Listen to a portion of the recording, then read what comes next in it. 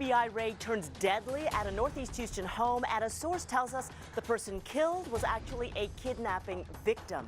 Plus, Hurricane Harvey's costly hit. The National Hurricane Center has just released some staggering numbers.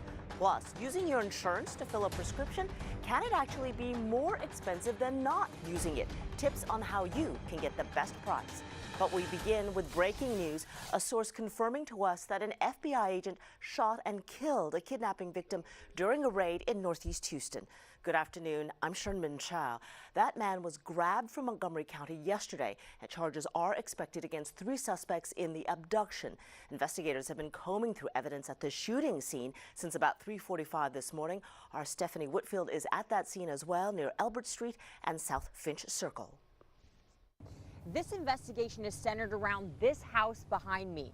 The FBI hasn't said why they were here in the first place, but neighbors tell us agents have been going door to door asking about the 2 young children who lived here.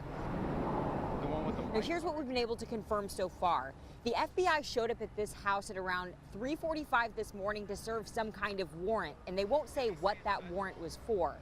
But they did confirm an agent shot and killed someone. A spokesperson also said kids were home at the time of the raid. And that's what neighbors say investigators seem to be interested in learning more about now. I have no idea why and what would be going on in that house.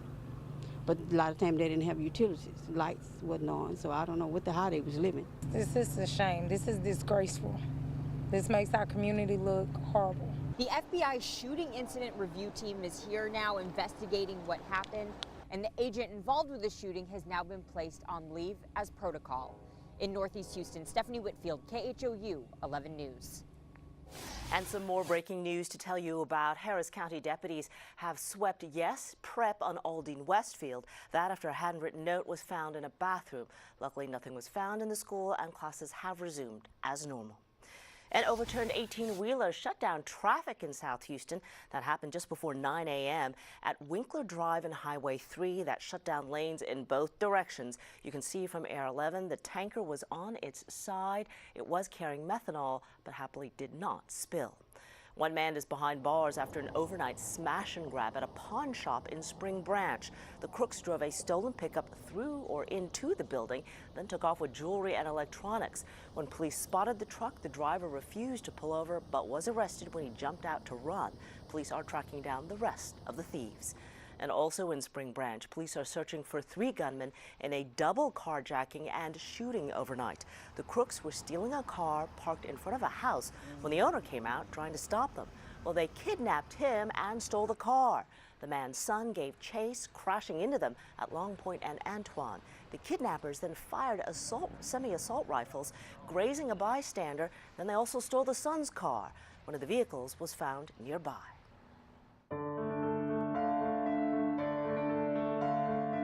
A new report released today says Harvey is the 2nd costliest hurricane on record. The 76-page report came from the National Hurricane Center. It estimates storm damage to be about $125 billion. Katrina still ranks at number 1 in cost.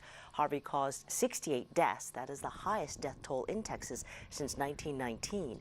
Rainfall amounts totaled more than 60 inches in Nederland near Beaumont. In our area, the highest rain total was in Friendswood. Severe flooding spanned from Fort Bend to Orange counties. About 110,000 structures flooded. Very sobering statistics.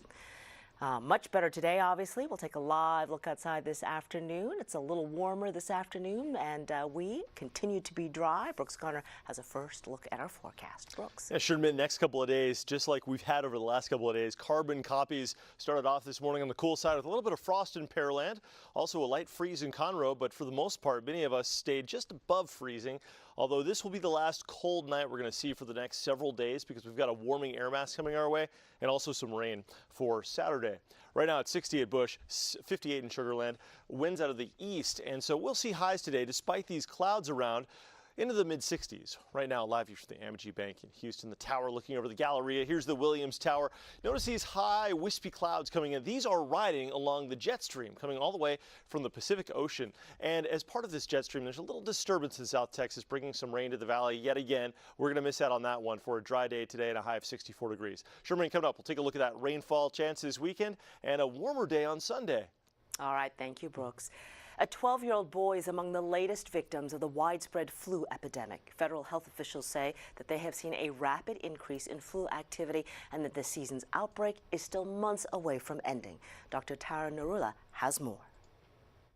It was an aggressive form of the flu. The parents of 12-year-old Dylan Winnick are pleading for other parents to treat this season's flu epidemic seriously. His mother's partner, Mike Medwin, can't believe the virus could take Dylan away. You shrug your shoulders. No way, we're healthy. The kid's playing soccer. He's strong. He's getting ready to go to school. Investigators are performing an autopsy to determine Dylan's exact cause of death. He reportedly did not have a flu shot.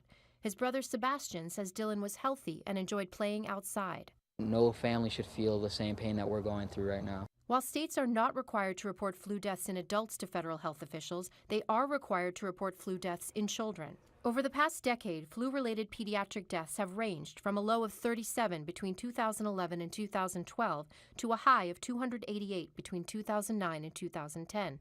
So far this season, the virus has killed more than 30 children in at least 23 states. But that number will likely continue to rise. Flu season can continue as late as May. Rachel Orschlin is an assistant professor of pediatrics at Washington University School of Medicine in St. Louis. It's difficult to predict what will happen with the curve of influenza. We certainly are seeing a high peak right now, and we don't know if we're going to be on the way down from that in terms of the number of cases or if it's going to continue to be transmitted at a high level. It's especially important to take steps to prevent and treat the flu because it can create further health complications. A study published in the New England Journal of Medicine this week discovered that people with the flu, especially the elderly, are 6 times more likely to have a heart attack during the week after being diagnosed with the virus than those who aren't. Dr. Tara Narula, CBS News, New York.